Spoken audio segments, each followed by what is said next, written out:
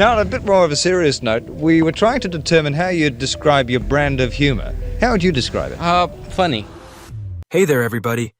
Buckle up, because we're about to dive into a wild ride full of secrets and surprises about the kings of stoner comedy, Cheech and Chong. You know them for their hazy punchlines, their iconic movies, and that perfect vibe they bring to every scene. But what if I told you there's a whole lot more to their story that you've probably never heard? These guys didn't just stumble into fame with a joint and a joke. Their journey is packed with twists, struggles, and moments that'll make your jaw drop. Stick with me, because by the end of this, you'll see Cheech and Chong in a whole new light. And trust me, the last fact we're saving for the end? It's gonna blow your mind. Let's jump in. Picture this. It's the late 1960s, and two guys who couldn't be more different are about to cross paths in the most unexpected place. Richard Cheech Marin was born in South Los Angeles, raised by a dad who was a police officer. Yeah, a cop's kid. Can you believe that? Cheech wasn't dreaming of comedy clubs or movie sets. Nope, he was all about pottery, shaping clay and firing kilns at California State University Northridge. But life had other plans. The Vietnam War was raging, and the draft was breathing down his neck. Cheech didn't believe in that war, and he wasn't about to risk his life for it. So, he made a bold move. He packed up and headed to Canada to dodge the draft. "I didn't want to get killed in Vietnam," he said later, and you can't blame him. That choice changed everything. Now, life in Canada wasn't exactly a party for Cheech. He was a stranger in a new country, scraping by with whatever jobs he could find. He drove trucks, hauled carpets, and kept messing around with his pottery. It was tough, and he was just trying to keep his head above water. One night, desperate for work, he walked into a club in Vancouver. And not just any club, a topless bar called the Shanghai Junk. Sounds like the start of a wild story, right? Well, it was. That's where he met Tommy Chong. And let me tell you, Tommy's life was already a roller coaster of its own. Tommy Chong was born in Edmonton, Alberta, to a Chinese dad and a Scottish-Irish mom. Before he was cracking jokes, he was strumming chords. Tommy was a musician, playing guitar in a band called Bobby Taylor the Vancouvers. They were good too, good enough to get signed by Motown. But by the early 1970s, Tommy had moved on from music and was running the Shanghai Junk. He wasn't just running a strip club, though. Tommy had a vision. He mixed burlesque with improv comedy, creating a sketch group called CityWorks that performed between the dancers' sets. It was weird, it was bold, and it was totally Tommy. He loved pushing boundaries, and this place was his playground. So, one fateful night in 1970, Cheech walks into the Shanghai Junk, just looking for a paycheck. Tommy takes one look at him and thinks, why not? There was something about Cheech, maybe his quick wit, maybe his vibe, that caught Tommy's eye. He invited Cheech to join the improv group, and that's when the sparks started flying.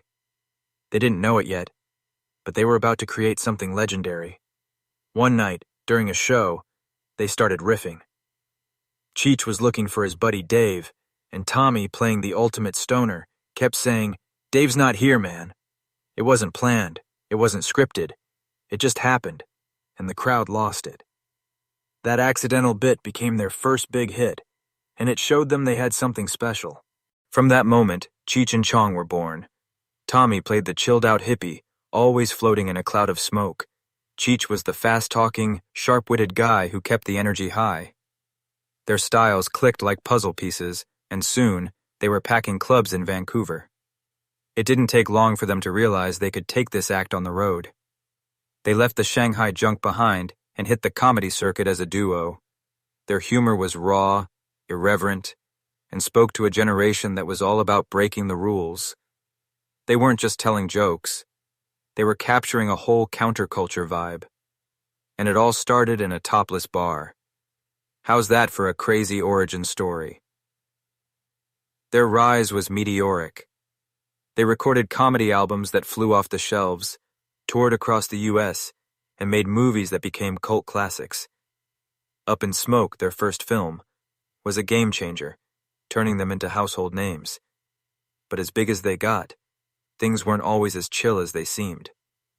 Behind the scenes, Cheech and Chong's relationship was a lot more complicated than their on-screen bromance. They weren't best buddies hanging out, smoking, and laughing all day. In fact, their partnership was more like a sibling rivalry, full of love, loyalty, and a whole lot of fighting. Cheech once said they were like brothers, not best friends. They could argue 1 minute and then hit the stage and nail their act the next. It was like they had two lives, the one the audience saw, where everything was hilarious and easy, and the one backstage, where egos clashed and tempers flared. Cheech wrote in his memoir that their chemistry was like a pearl forming in an oyster. It came from irritation, from pushing each other, but somehow, that friction created something beautiful. Isn't that wild? The very thing that made them so great together was also tearing them apart. One of the biggest issues was creative control. They both wrote their movies, but Tommy took the director's chair for 4 of their 6 big films from 1978 to 1984. For Cheech, that felt unfair. He was pouring his heart into their work, but he often felt like his ideas were being sidelined. It was a very touchy thing, he said later. Tommy, on the other hand, saw directing as a natural role for himself. He loved calling the shots, but that created a power imbalance that Cheech couldn't ignore. Things got so heated that, in a documentary years later, Tommy straight up told Cheech he didn't really direct. Cheech fired back. "That's a lie. I directed just as much as you." Ouch. Hearing them argue like that must have been a shock for fans who thought they were inseparable. By the early 1980s, things were starting to crack. During the making of their 1981 film, Nice Dreams, Cheech felt Tommy was taking over. Tommy wanted to write everything, direct everything, and make all the decisions. For Cheech, it was like being pushed out of a partnership they'd built together. He didn't want to be the sidekick in his own story. The tension kept building until 1985, when they released their album Get Out of My Room. Cheech had a new project he was excited about, a song called Born in East LA. He asked Tommy to help record it, but Tommy said no. That was the breaking point. Cheech went solo, turning the song into a hit movie. It was a big success, but it marked the end of their 17-year run as a duo. Years later, Tommy admitted he might have been the problem. He called himself a megalomaniac back then, saying that directing gave him too much power, and he didn't want to let it go. "Your word's God," he said, and that control went to his head. It's kind of sad, isn't it? The same drive that made their movies so great also drove a wedge between them. They did reunite now and then for tours or interviews, but things were never quite the same. Cheech even said there was still animosity when they got back together. Healing old wounds takes time, and for Cheech and Chong, it's been a long road.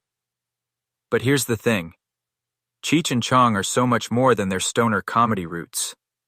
Sure, they're legends for their weed jokes, but both of them built careers that stretched way beyond that. Let's talk about Cheech first. Did you know he's a voice acting star? That's right. His raspy, charismatic voice has been in some huge animated movies. He played Banzai, the hyena, in Disney's The Lion King. How cool is that?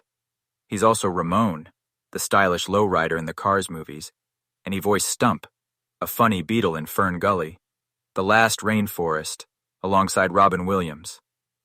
Cheech's voice is so distinct, it's no wonder Disney kept calling him back. Tommy's no slouch either. He jumped into voice acting too, playing himself in a hilarious South Park episode called Cherokee Hair Tampons. It was classic Tommy, poking fun at himself and new age wellness trends. But their talents didn't stop at cartoons. In 2010, Cheech and Chong showed up somewhere you'd never expect, WWE Raw. Yup, they guest hosted a pro wrestling show. They were there to promote their Get It Legal tour, but they didn't just stand around. They got in on the action, joking around with wrestler Santino Marella about marijuana in his tea. It was ridiculous, it was funny, and it showed how they could fit in anywhere. Then there's the serious side of their story. Both Cheech and Chong have used their fame to talk about bigger issues. Tommy, especially, got real in a documentary called AKA Tommy Chong. It dives into his arrest in 2003 for selling bongs online, a case many saw as the Jisas, Overman targeting him for his stoner image. The film isn't just about Tommy. It's about the war on drugs and how it was used to go after certain people. It showed a side of Tommy that's thoughtful and resilient, not just the goofy hippie from the movies. Now, let's get to the mind-blowing stuff. Here are 4 things you didn't know about Cheech and Chong that'll leave you stunned. First up, they almost starred in a Friday the 13th movie. No joke. In 1986, the director of Friday the 13th Part 6, Jason Lives, Tom McLaughlin, pitched a wild idea to have Cheech and Chong face off against Jason Voorhees. Imagine them as stoner camp counselors or running a weed farm in the woods, stumbling into Jason's path. It never happened, but just thinking about it is hilarious. Could you picture Cheech saying, "Man, that guy with the hockey mask is harshing my vibe"? Second, that famous MUFDVR license plate from Up in Smoke? It wasn't made up by the movie crew. It was a real vanity plate owned by an LAPD officer. The plate started on a beat-up American Motors Gremlin, then moved to a cool Corvette, and finally ended up on a customized VW Bug. The officer still has it, complete with old California DMV stickers. How's that for a wild coincidence? A cop's license plate becoming a stoner movie icon is peak Cheech and Chong. Third, Jack Nicholson, the legend himself, was in so much pain watching Up in Smoke that he couldn't stop laughing. Producer Lou Adler said Jack showed up to an early screening with a dislocated shoulder from a car accident. His doctor told him not to laugh because it had hurt too much, but Jack couldn't help it. Every joke had him groaning and chuckling through the pain. Those reactions actually helped the filmmakers figure out which jokes were the best. Oh, and that beat-up VW Beetle in the movie? It was Jack's real car. Finally, here's the one that'll really surprise you. The script for their movie Nice Dreams? It was only 3.5 pages long. Most movie scripts are hundreds of pages, but Cheech and Chong did it their way. The original idea was about them as landscapers secretly growing weed across LA, but it turned into a crazy story about selling pot from an ice cream truck with a giant clown face. Even with that short script, every slapstick moment and chase scene was carefully planned out. They made it look so effortless, but it was all crafted with precision. That's the story of Cheech and Chong, a tale of 2 guys who met by chance, fought like brothers, and created a legacy that's so much bigger than stoner comedy. They've made us laugh, they've made us think, and they've shown us that sometimes the best things come from the most unexpected places. So, what did you think of these crazy stories? Did they blow your mind as much as they did mine? Hit that like button if you loved learning about Cheech and Chong, share this video with your friends, and don't forget to subscribe for more wild tales from the world of entertainment. Click that video popping up on your screen for another awesome story. Thanks for watching, and I'll see you in the next one.